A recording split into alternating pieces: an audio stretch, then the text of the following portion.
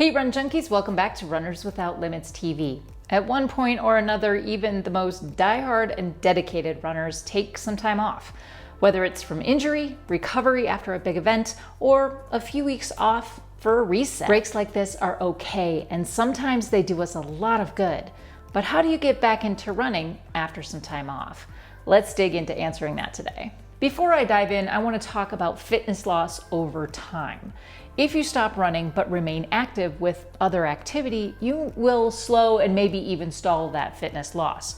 If you park your hinder on the sofa for a month and do nothing, that is something much harder to come back from. And I'm talking about the former today because the situations I mentioned, coming back from injury, recovery after a big event, or taking a few weeks off of downtime, those would likely still allow for some physical activity, even if it's not running. So what we're talking about here is detraining. And on the running journey, it is vital to have these sessions in order to develop long-term running fitness. Remember here that rest is a weapon and recovery is a tool. It's in those rest phases that our bodies adapt to the hard work that we put them through day after day, week after week, month after month. So what can you expect after a hiatus? How much fitness will you lose by taking time off? Let's start with a week, all right? If you take a week off, you likely will not feel any noticeable difference when coming back. In fact, check out this video from the Wayback Machine about how I took an entire week off during Ironman training. My coach told me to. Now, if we're talking 2 weeks, you might feel a bit of loss in speed or a higher heart rate at pace than you did before, but not a whole lot. Up to 4 weeks off and you'll definitely notice a difference, but it's still doable. This might be the most frustrating side of the return, but know that you can still get it back. If you're talking 6 weeks to 2 months, this is where you are getting close to hitting the reset button, and your return to pre-hiatus fitness might take a little more time. I would suggest that for every week you take off, expect to get back to pre-break fitness within the same amount of time. If you take 2 weeks off, it's going to be 2 weeks back. In a future video, I'm going to discuss what to do if your break is longer than 2 months, whether by accident or design. So please subscribe and hit that notification bell so you don't miss that. The hard part about returning to running is that mental game.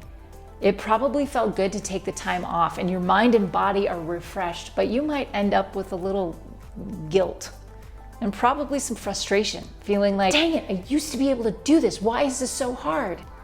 You ever felt that? So I would answer that with patience and grace. Your running journey is not an overnight change. It takes time and a whole combination of practices to keep going. Getting the flywheel going again will take time and consistency, and with both, your time off will be a thing of the past, and you might find yourself running better after your return. You don't want to try to pick up where you left off before your break. For every week off, drop your last weekly mileage by 10% and ease back in. Coming back too hard, too fast could lead to injury and overtraining, prompting more time off, and we don't want that. Also, stick to easy running for a few weeks before adding in speed work again. Rebuilding a solid foundation will help ease the return. So I hope this helps as you come back to running. Before I go today, you can help support this channel by joining me over on my Patreon page, where you will have exclusive access to content, behind the scenes, and other great nuggets. So I hope you join me over there. My question for you today is this: have you taken some time off of your running? And if so, what did you do to get back in the groove? Please leave thoughts, questions, comments, and suggestions for future videos in the comment section down below. Thanks for watching, and until next time, remember, you have no limits.